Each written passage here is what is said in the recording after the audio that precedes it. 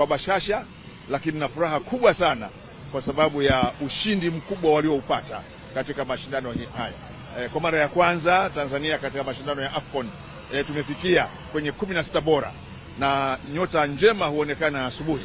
Maana yake hii inaashiria makubwa na mema zaidi 2027 tutakapokuwa wenyeji wa AFCON, sisi Kenya na Uganda, lakini zaidi sisi wenyewe wa Tanzania, kwa sababu ndio timu pekee katika hizi tatu ambayo imekuwa katika mashindano ya AFCON mara nyingi, lakini na mara hii imeifikisha Tanzania, na kwa maana hiyo Afrika Mashariki katika hatua nyingine ya juu, kuonyesha kwamba mechi za AFCON 2027 Tanzania atakuwa mshiriki, tena mshiriki hasa kwa haya aliyoonyesha safari hii katika mechi hizo huko Morocco.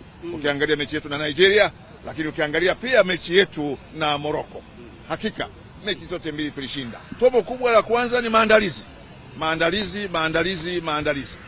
Lakini somo la pili ni kwamba watu mkiwa na umoja na mshikamano na uwezo wa kufanya mambo makubwa sana.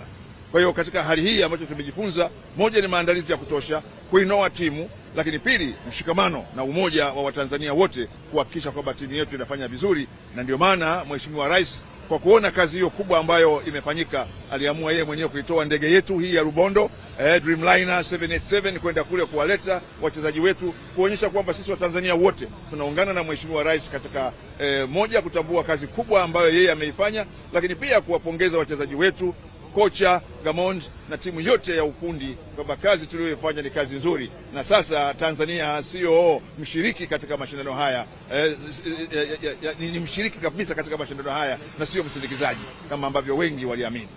Katika miundombinu tumefanya vizuri sana. Mpaka sasa tunaendelea kukamilisha ujenzi wa uwanja wa Arusha.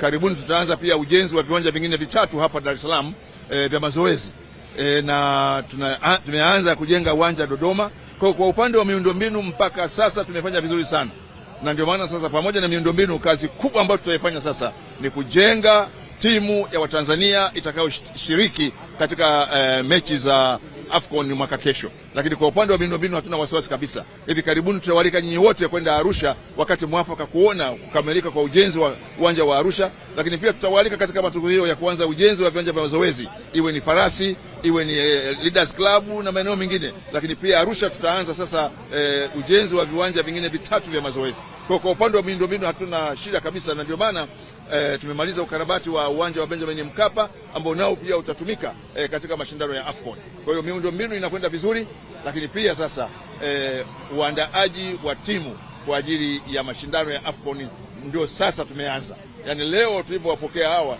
hawaji kupumzika. Sisi katika wizara ndio tunaanza mbio za uandaaji wa timu kwa ajili ya AFCON 2027.